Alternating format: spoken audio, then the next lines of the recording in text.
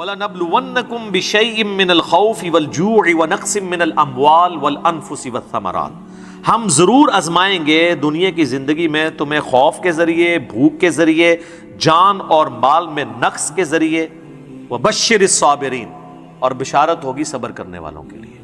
تو یہ ساری تکلیفیں، ان کو آپ مکافات عمل کہہ کے نہیں جان چھڑا سکتے، یہ اللہ کی طرف سے آزمائش بھی ہو سکتی ہے کسی کے اوپر۔ اور صبر کرنے والوں کے لیے بشارت ہے، اور ان کی نشانی کیا ہے؟ الذین اذا اصابتهم مصیبہ، جب کبھی انہیں کوئی مصیبت پہنچتی ہے تو وہ کہتے ہیں قالوا انا للہ وانا الیہ راجعون، بھئی ہم بھی تو اللہ کی طرف سے آئے تھے، ہمیں بھی لوٹ کے اللہ کے پاس جانا ہے، اگر کوئی تکلیف آئی ہے تو یہ بھی چلی جائے گی نا۔ سب سے بڑی تکلیف کیا ہے؟ موت، وہ بھی تو ہم پہ آنی ہے نا، تو اس سے پہلے اگر چھوٹی تکلیف آئی ہے تو اللہ کی طرف چلی جائے گی۔ اس کانٹیکسٹ میں ایک حدیث ہے صحیح مسلم میں بڑی زبردست، ام سلمہ کہتی ہیں کہ جب ابو سلمہ میرے خاوند فوت ہوئے، مجھے ان کی فوتگی کی خبر ملی تو میں نے حضور سے ایک دعا سن کے یاد کر رکھی تھی کہ جو کوئی وہ دعا مانگ لے گا اللہ تعالیٰ اس سے بہتر اسے نعم البدل دے دے گا، اور وہ دعا آدھا پورشن تو یہی ہے، سورۃ البقرہ کی آیت نمبر 156، انا للہ وانا الیہ راجعون۔ اس کے بعد ہے اللہم اجرنی، یہ جھٹکے سے ملے گا، اللہم اجرنی، حمزہ آگے، اللہم اجرنی فی مصیبتی واخلف لی خیرا منہا، اے اللہ مجھے اس مصیبت میں اجر عطا فرما اور میرے لیے اس سے بہتر نعم البدل کر دے۔ تو کہتی ہیں کہ نبی علیہ السلام نے فرمایا تھا جو یہ دعا مانگ لے گا نا تو اللہ تعالیٰ اس کی کمپنسیشن فرما دے گا، اسے بہتر نعم البدل دے گا۔ کہتے ہیں میں نے دعا تو کی، پھر میں یہ سوچتی تھی کہ میرے خامن جیسا تو کسی کا خامن نہیں ہوگا، ابو سلمہ جیسا خامن مجھے کیسے مل سکتا ہے۔ تو جب عدت پوری ہوئی تو نبی علیہ السلام نے پیغام کا نکاح کا پیغام بھیج دیا، ام المومنین بن گئی، اور یہ ہماری وہ ماں ہے جو سب سے آخر میں فوت ہوئی ہیں 64 ہجری میں، واقعہ کربلا کے بھی 3 سال بعد۔ تو اس دعا کی یہ دعا یاد رکھیں، چھوٹی موٹی بھی کوئی بھی تکلیف، کوئی بچوں کو پہنچتی ہے گھر میں، کسی کو زخم لگتا ہے، ٹھوکر لگ جاتی ہے، کوئی مالی نقصان ہو جاتا ہے، فوراً یہ دعا، اور میں نے الحمدللہ 20 دفعہ یہ دعا آزمائی ہے۔ وقتی طور پہ تو فیل ہو رہا ہوتا ہے کہ یار کوئی مسئلہ خراب ہو گیا، لیکن اس کے بعد اسی شر کے اندر خیر چھپی ہوئی ہوتی ہے، وہ مل جاتی ہے۔ اس آپ دعا کو یاد رکھیں، اور صبح شام جو چھوٹی موٹی کوئی خبریں بھی آپ کو ملتی رہتی ہیں نا، اس کے اوپر آپ یہ دعا پڑھتے رہیں، یہ آپ کے لیے ایک بہت بڑا وظیفہ ہے انشاءاللہ تعالی۔ باقی یاد رکھیے گا کہ یہ مکافات عمل کا جو معاملہ ہے نیک اور بد لوگوں کے اعتبار سے ڈیفرنٹ ہے۔ نیک لوگوں کو جو تکلیفیں آتی ہیں نا دنیا میں، وہ ان کے درجات کو بلند کرنے کے لیے آتی ہیں، اور یہ اللہ تعالیٰ نے بڑی سختی کے ساتھ سورۃ العنکبوت کے اندر نا صحابہ کرام کو ایڈریس کر کے نا یہ فلسفہ کلیئر کیا ہے، آیت نمبر 2 اور 3 کے اندر، احسب الناس ان یترکوا ان یقولوا آمنا وهم لا یفتنون، کیا لوگ اس گمان میں ہیں کہ انہیں صرف اس بات پہ چھوڑ دیا جائے گا کہ وہ ایمان لے آئے اور ہم ان کی آزمائش نہیں کریں گے؟ وَلَقَدْ فَتَنَّ الَّذِينَ مِن قَبْلِهِمْ، بے شک ہم نے ضرور آزمایا تھا ان سے پہلے لوگوں کو، فَلَيَعْلَمَنَّ اللَّهُ الَّذِينَ صَدَقُوا وَلَيَعْلَمَنَّ الْكَاذِبِينَ، تو اللہ تعالیٰ ضرور جانچ کر رہے گا کہ کون سچے ہیں اپنے دعوے کے اندر۔ کس دعوے میں؟ کہ غلامی رسول میں موت بھی قبول ہے، اور کون صرف نعرہ بازی کر رہے ہیں۔ اللہ تعالیٰ ان کو ظاہر کر کے رہے گا، جانچ کے رہے گا۔ تو یہ اللہ تعالیٰ نے اپنا اصول رکھا ہے، یونیورسل ٹروتھ ہے۔ اس کانٹیکسٹ میں صحیح بخاری میں ایک حدیث ہے، صحابہ کرام نے جب کافروں کی تکلیفوں کا ذکر کیا نا حضور سے، تو آپ نے فرمایا صبر کرو، اللہ کی قسم تم سے اگلے لوگوں کو زمین میں گاڑا جاتا تھا، سر کی مانگ پہ آرا رکھا جاتا تھا اور کہا جاتا تھا کہ اسلام چھوڑ دو، اور وہیں ان کے 2 ٹکڑے کر دیے جاتے تھے، وہ اپنے دین پہ قائم رہتے تھے۔ لوہے کی کنگیاں ان کے گوشتوں پہ پھیری جاتی تھی، حتیٰ کہ ہڈی تک پہنچ جاتی تھی، تب بھی وہ اپنے دین پر ثابت قدم رہے۔ تو نبی علیہ السلام نے اپنے صحابہ کو اگلے لوگوں کی یہ تکلیف گنوائی۔ تو اب وہ جو اتنی تکلیفیں کاٹتے رہے ہیں، وہ کوئی مکافات عمل نہیں ان کے لیے ہوا، آزمائش تو ہوئی ہے نا جی۔ تو نیک اور برے لوگوں کے اعتبار سے ڈیفرنٹ ہے، یہ ذہن میں رکھیے گا۔ بخاری اور مسلم کی متفق علیہ حدیث ہے، نبی علیہ السلام نے فرمایا مسلمان کو کوئی بھی تکلیف پہنچتی ہے، دکھ درد بیماری، کوئی اندیشہ کہتے ہیں ذہنی ٹینشن کو، صرف کہ یہ نہ ہو جائے، حتیٰ کہ اس کے پاؤں میں کانٹا بھی چبھ جائے، تو اللہ تعالیٰ اس کے بدلے میں اس کے گناہوں کو معاف کر دیتا ہے۔ اور مسلم شریف میں ڈیٹیل ہے کہ جب یہ سورۃ النساء کی آیت نمبر 123 نازل ہوئی نا، کہ چھوٹے سے چھوٹے اعمال کا بدلہ بھی ملے گا اور چھوٹی سے چھوٹی نیکی کا بھی، تو صحابہ پریشان ہو گئے، ان کا یا رسول اللہ ہم تو یہ تو سارے پکڑے جائیں گے، کس طریقے سے کوئی بندہ پرفیکٹ ہو سکتا ہے؟ تو حضور نے فرمایا پریشان ہونے کی ضرورت نہیں ہے، مسلمان کو جو دنیا میں تکلیفیں اور بیماریاں آتی ہیں نا، وہ اس کی ان غلطیوں کا کفارہ بن جاتی ہیں۔ حتیٰ کہ جامعہ ترمذی میں، ابو داؤد میں ایک حدیث ہے، نبی علیہ السلام نے فرمایا کہ دنیا میں سب سے زیادہ تکلیفیں انبیاء کو آتی ہیں، تو کیا انبیاء پہ مکافات عمل ہو رہا ہوتا ہے؟ نعوذ باللہ۔ اس کے بعد ان پہ آتی ہیں جو ان کے بعد اللہ تعالیٰ کو سب لوگوں سے بڑھ کے محبوب ہوتے ہیں۔ آپ نے صحابہ کا بھی نام نہیں لیا، فرمایا جو بھی، وہ اس زمانے میں بھی ہو سکتا ہے، آج کے زمانے میں بھی، کیونکہ بعض اصحاب تو ایسے ہیں جنہوں نے کفر کی زندگی میں بھی موج کی ہے اور اسلام کی زندگی میں موج کی ہے، وہ تکلیفوں سے گزرے ہی نہیں ہیں۔ اچھا، اور پھر فرمایا اس کے بعد وہ لوگ ہیں جو اس کے بعد اللہ کو سب سے بڑھ کر محبوب ہوتے ہیں، حتیٰ کہ انسان پہ تکلیفیں آتی رہتی ہیں اور اس کی موت کا وقت آ جاتا ہے اور اللہ تعالیٰ اسے پاک و صاف کر کے دنیا سے اٹھا لیتا ہے۔ یہ جو لوگ کہتے ہیں نا یار وہ موت کے وقت فلانے کے ساتھ، یار وہ احمد دیدہ صاحب 9 سال تک قومے میں رہے ہیں، اتنی اسلام کی انہوں نے خدمت کی، ہزاروں عیسائیوں کو مسلمان کیا، لاکھوں مسلمانوں کے ایمان کی حفاظت کا سبب اللہ نے ان کو بنایا، لیکن وہ 9 سال تک قومے کی حالت میں رہے، 1996 سے لے کے 2005 تک۔ تو کوئی کچھ کہتا تھا جی یہ وہ عیسائی بھی ان کو کہتے تھے دیکھو جی اس کو بدوا لگ گئی اور یہ وہ ہو گیا، گستاخ ہے، یہ ہے وہ ہے۔ تو یہ تو کوئی طریقہ نہیں ہے۔ اس طریقے سے جنید جمشید صاحب جب شہید ہوئے تو آپ دیکھ لیں ان کے مخالفین نے ان کے بارے میں کیا بات کی، اور صحابہ کرام کو تو رومن امپائر کی بیٹل فیلڈز کے اندر تیل کے کڑاؤں میں روسٹ کیا گیا ہے، تو آپ کیا کہیں گے نعوذ باللہ ان کے ساتھ یہ کچھ ہو گیا؟ ابو عبیدہ ابن جرح، معاذ ابن جبل لاڈلے ترین صاحب ہیں، طاعون کے مرض میں شہید ہوئے ہیں، اور طاعون میں اتنے بڑے بڑے پھوڑے جسم کے اوپر نکلتے ہیں۔ آپ تو سمجھتے ہیں کہ صحابہ کرام جو ہے وہ بڑے سکون سے بیٹھتے ہوں گے اور پھر کلمہ پڑھتے ہوں گے، ساتھ ہی ایسے روح پرواز کر جاتی ہوگی۔ حضرت حمزہ ابن عبد المطلب کا مسلح ہوا ہے، سید الشہداء ہیں۔ حضرت حسین علیہ السلام کے ساتھ جو کچھ کربلا میں ہوا ہے، تو نیک بندوں اور عام بندوں کے اعتبار سے اس کا حکم ڈیفرنٹ ہے۔ نیک بندوں کے درجات بلند ہوتے ہیں، حسین ابن علی سے اتنی بڑی قربانی نے اللہ نے لی کہ قیامت والے دن ان کو جنتی نوجوانوں کا جو سردار ہونا ہے اس کو جسٹیفائی کیا جائے کہ آؤ جی حسین جیسی ہے کسی قربانی، بنا دینا ہے سردار، آ جاؤ لے کے آؤ۔ کوئی کھڑا ہو سکتا ہے؟ ابھی تک 1500 سال میں تو نہیں کوئی دعویٰ کرے گا کھڑا ہونے کا۔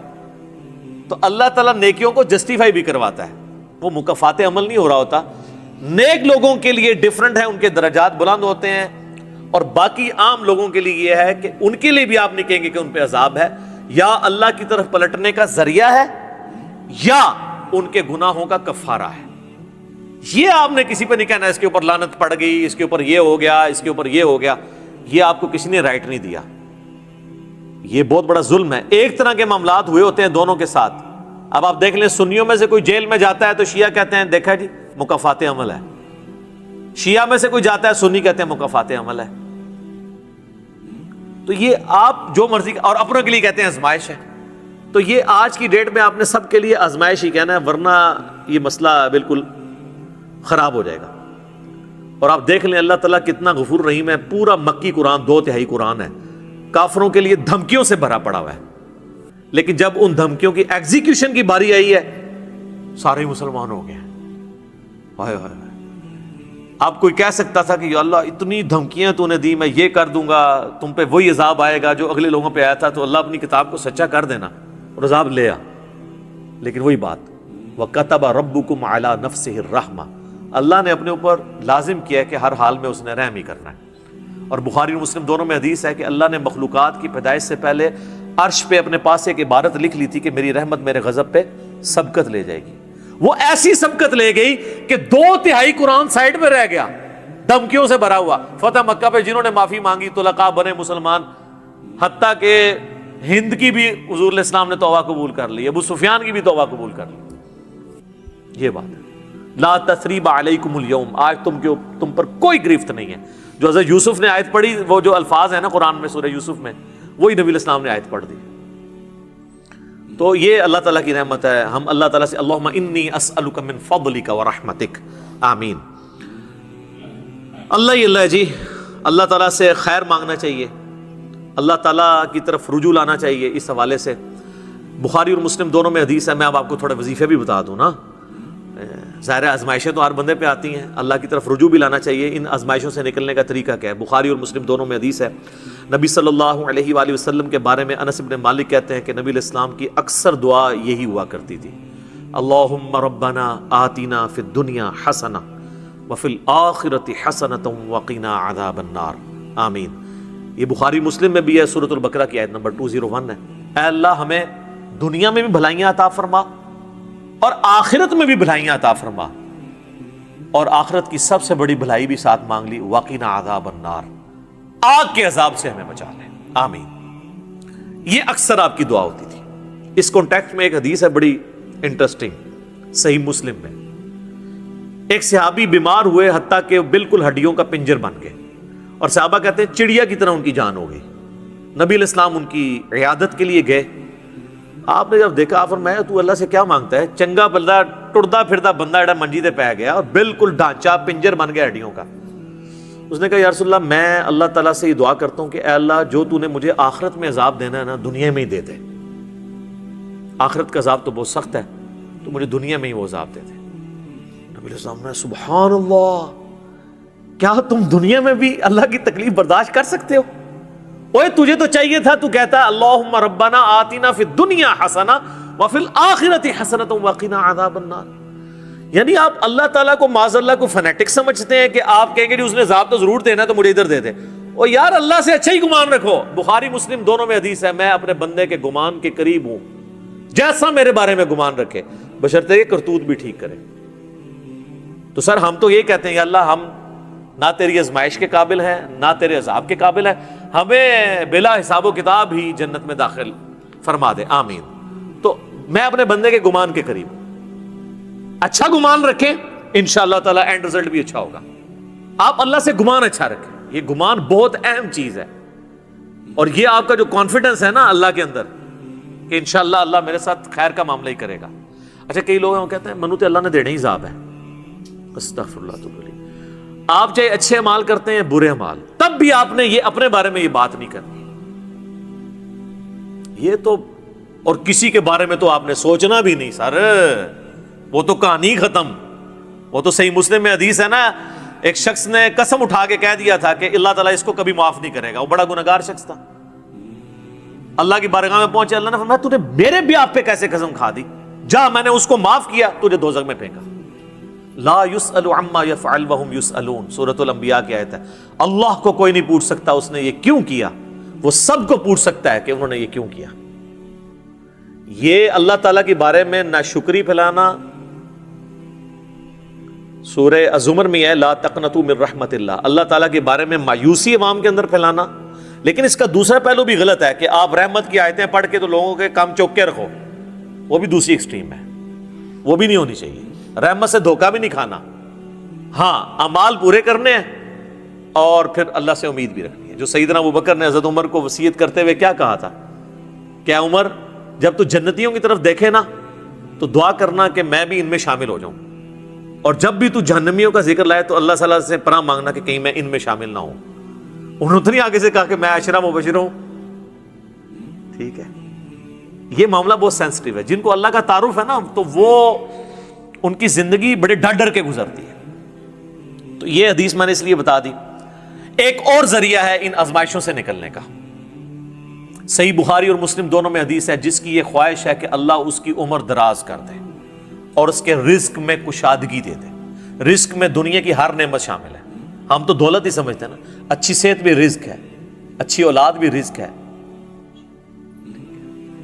اچھی صحت بھی رزق ہے، مال کی فراوانی بشرطے کہ وہ فطرے میں نہ ڈال دے وہ بھی رزق ہے.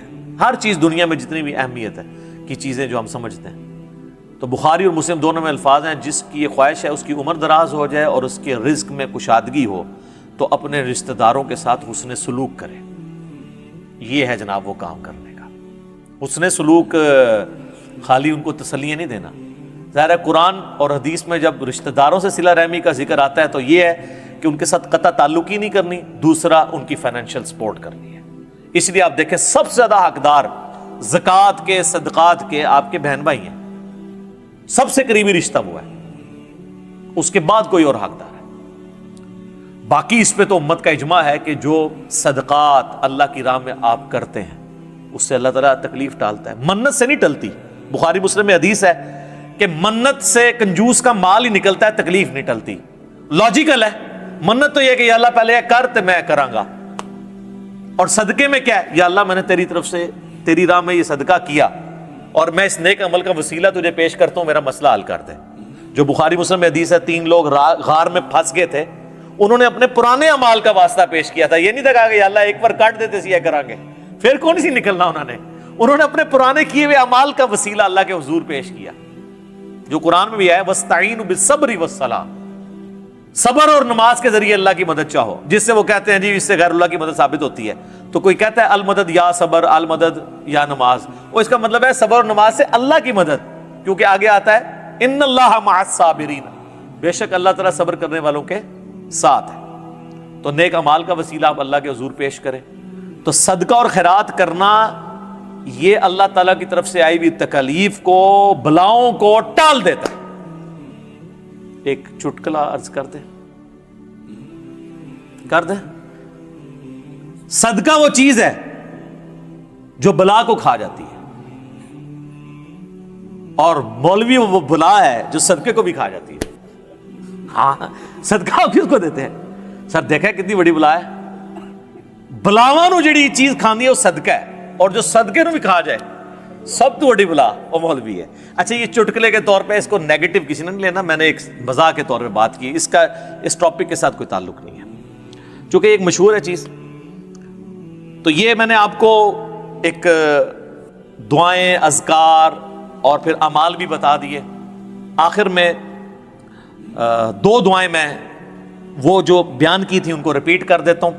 ایک پریونٹیو دعا ہے، یہ 2 علاج ہوتے ہیں نا، پریونٹیو اور کیوریٹیو۔ پریونٹیو علاج یہ ہوتا ہے کہ بیماری ہونے سے پہلے علاج کیا جائے، جیسے ویکسین ہے، آج کل وہ کہہ رہے ہیں کورونا کی ویکسین بن گئی ہے کہ وہ لگوا لیں تو تکلیف ہوئی نہ۔ ایک ہوتا ہے کیوریٹیو علاج کہ بیماری ہو گئی ہے تو اب علاج کیسے کرنا ہے۔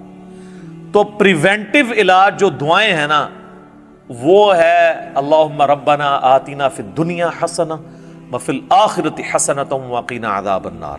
ہر نماز کے تشہد میں اسے مانگے، ٹھیک ہے، بلکہ سجدے میں مانگے۔ صحیح مسلم میں حدیث ہے کہ سجدے میں تم اپنے رب کے سب سے زیادہ قریب ہوتے ہو، خوب دعائیں مانگا کرو، سجدے میں بھی آپ یہ دعا مانگ سکتے ہیں، تشہد میں تو مانگے ہی مانگے۔ وہ بخاری مسلم میں حدیث ہے درود شریف کے بعد جو چاہو اپنے رب سے مانگو، وہ تو قبولیت کی ایک جگہ ہے۔